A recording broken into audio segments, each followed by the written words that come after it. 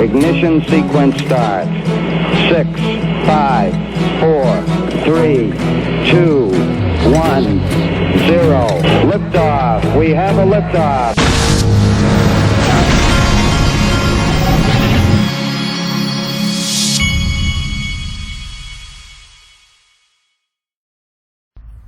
Hey everybody, this is the Digital Asset Investor, and we got some interesting things going on coinpaprika.com. Check it out. So we've got Stellar up 9 point. Now remember, Stellar, for whatever reason, Stellar and XLM and XRP have always moved pretty well together. You got XLM up 9.32%, XRP up 8.88%. Now look at this. So let's see what the return rates are for the last set. All right, so this is 7 days, 30 days, 1 quarter. Look at what's happening with Stellar, XRP, and XLM. All of a sudden, out of nowhere, it's like they're on fire, and Algorand's right behind them. So you've literally, XRP's over 16% on the quarter. Let's go back to the price overview. But today, it is going ballistic, okay? That's compared to what crypto's been doing in the last few months, this would be considered ballistic. I mean, as far as crypto in the long haul, we've seen 50% jumps in a day on some of these digital assets. And Dark Defender comes in. XRP is strong like a diamond. I love the sound of that. That sounds very thumbnailish. Bullish candle with a bullish trend in the daily time frame. Folks, there is something afoot here. You can feel it. You can just feel it. Because CoinDesk, remember, CoinDesk has done nothing to support Ripple and in this SEC case over the last few years. They have turned a blind eye completely to Ethgate. They've been neutral at best on this thing, folks. And here they are saying SEC Ripple call for immediate ruling in suit over whether XRP sales violated securities laws. These are the same people that would normally, instead of having this optimistic title, like they're both let's end this thing.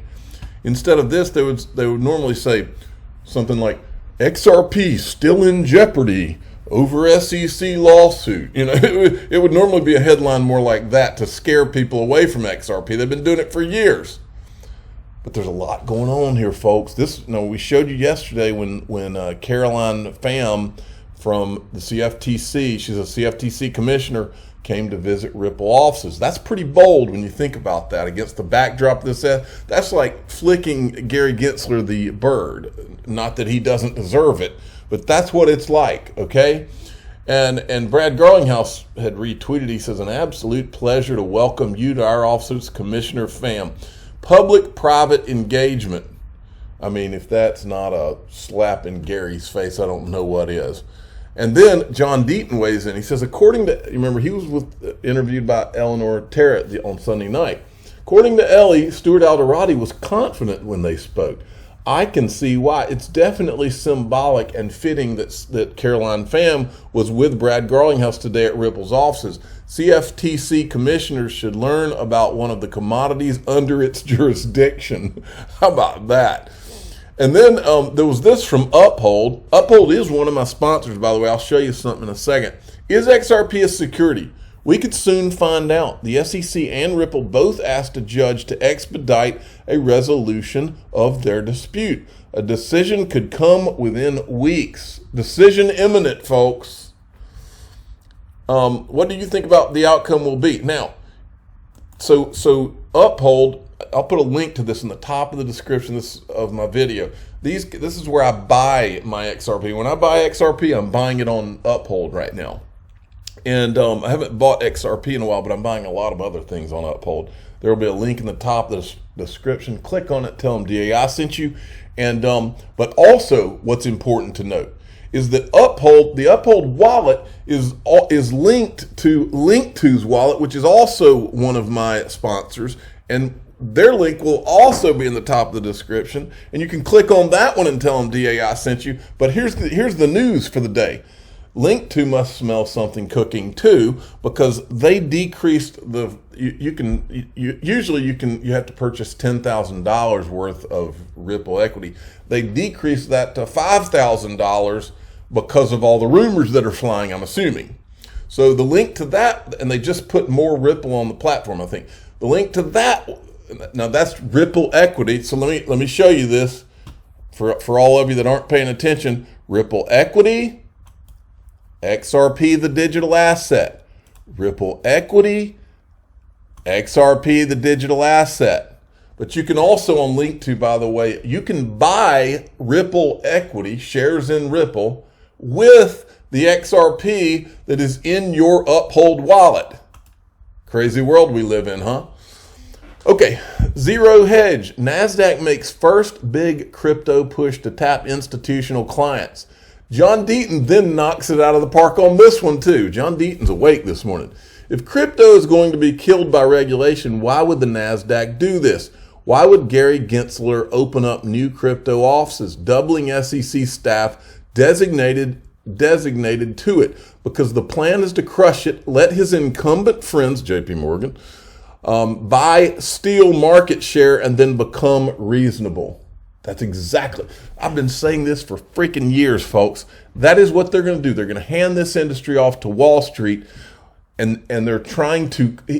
Gary Gensler is their little toady, and his job is to crush as much of the newcomers as he can, so that when they do hand it off to the incumbents, to Wall Street, they're going to get everything on the cheap. They're going to be able to buy crypto companies on the cheap. They'll be able to open up when digital assets are cheap. I mean, this is some sick stuff, folks, but this is how these people operate.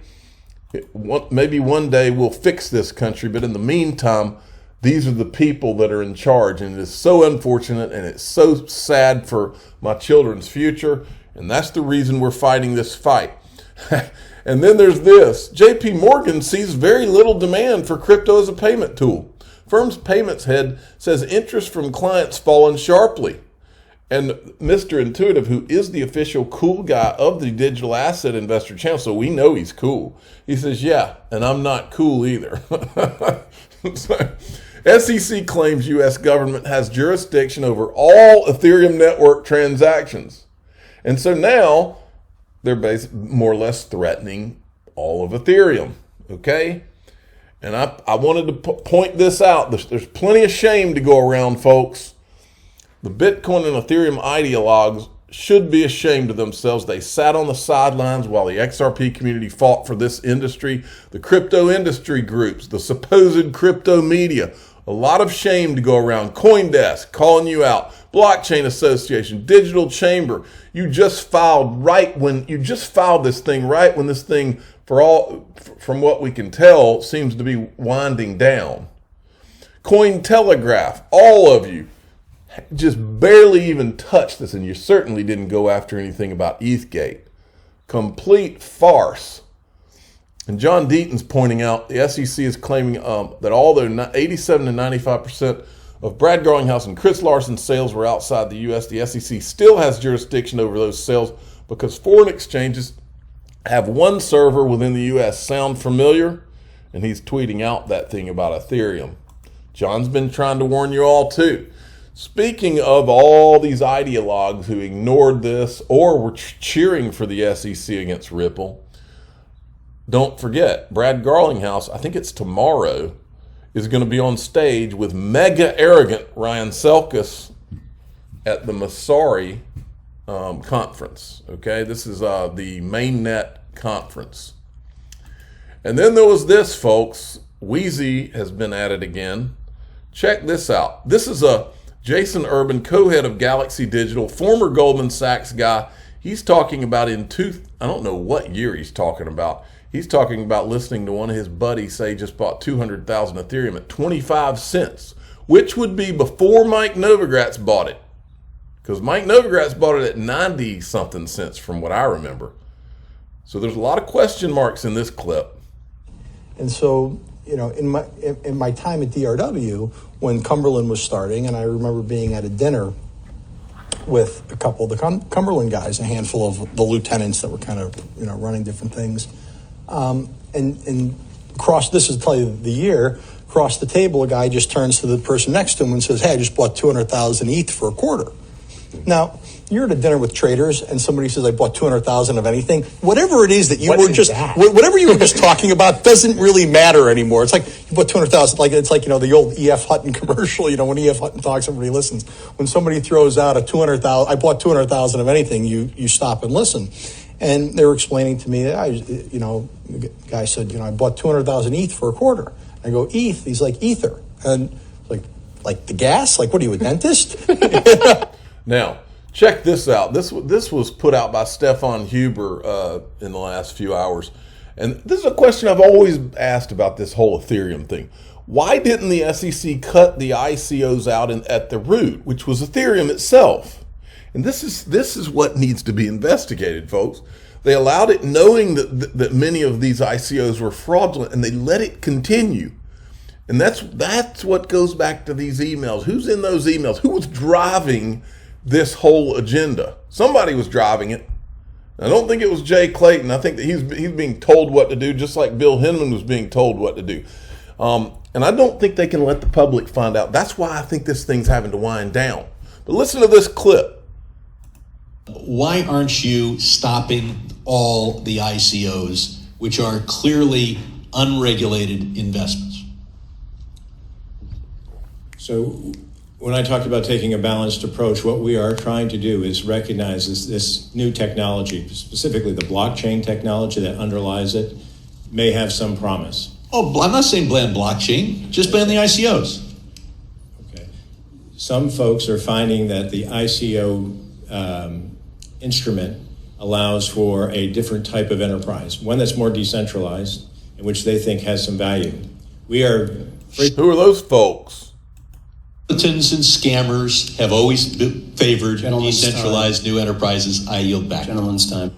Those folks, those folks. Instrument allows...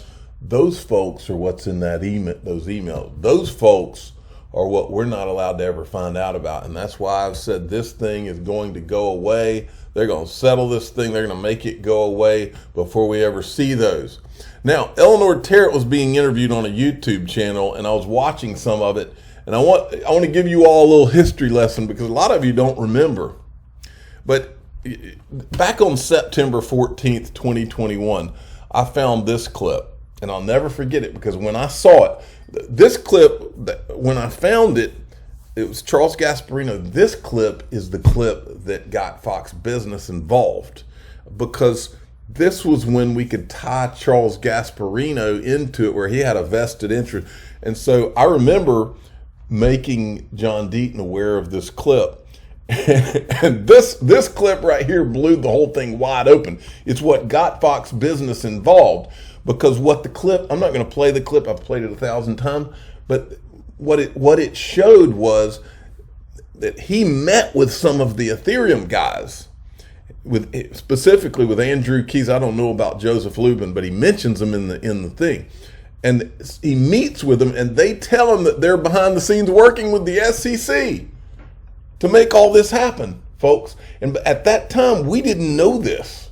So this is her telling the story of how they got involved. And when did you start covering it? So the lawsuit was dropped December 2020 on Jay Clayton's last day in office. And Charlie and I started getting into it in September of 2021. And the reason we did that is because in 2018, Charlie had actually done some reporting on the Brooklyn project, which he had a meeting with some of the Ethereum top dogs, let's say, and they had said to him that they were looking to be a self-regulated or to create a self-regulated organization that was sanctioned by the SEC to kind of give not a free pass, I would say, but sort of regulatory clarity to Ethereum, to the tokens that run on their blockchain. Mm-hmm. And Charlie had reported on this in 2018. And then the SEC had come out and said, it's not SEC sanctioned. The Brooklyn project people said it's not SEC sanctioned. So they fought him on that. And Charlie's like, well, I reported what you told me. So, he stood by it. And then John Deaton reached out to us, the lawyer for the XRP holders, 73,000 XRP holders now, I think. And he told us that this was the financial story of the century, and said, well, cover it. And, he said, yes. I remember it like it was yesterday. I remember finding that clip, and I was drinking my coffee as I do. I remember finding that clip and going, you've got to be kidding me. Because way back then, folks, they were still saying, oh, that was just Bill Hinman's opinion. And what really, see, one thing I've learned about Charles Gasparino is he doesn't back down. And what had happened when he covered that is that the people from Ethereum that he met with told him that they're working behind the scenes, that it was SEC sanctioned. And then once he put it out to the public, they tried to retract it. And he said, no, that's what you told me. And if you remember, there were some tweets there. And that's how this happened, folks. And I believe when they make the movie, that whole episode will be in there. I literally almost spit my coffee out this is the clip right here that I had put out on September 14th, 2021. I literally almost spit my coffee out. I couldn't believe what I was hearing. That was when I knew it was one of those we got them moments. Now, there was another hack. The Wintermute hackers haul includes 114 million in stable coins, 13 million in WBTC, and 9 million in Ethereum. The digital asset investor does not have this problem because one of my sponsors, Ledger, is they're doing a special here. I own several Ledger Nano S's, and I store a lot of my crypto on these things. 20% on Ledger Nano X plus Bill Photo. They're doing this, they call it the limited edition merge pack. The link will be in the top of the description of this video. If you don't have one, go get one. I'm the digital asset investor. I'm not an investment advisor. This is for entertainment purposes only. Please subscribe, hit the like button, and tell your friends and family to go get them a merge pack and keep your crypto.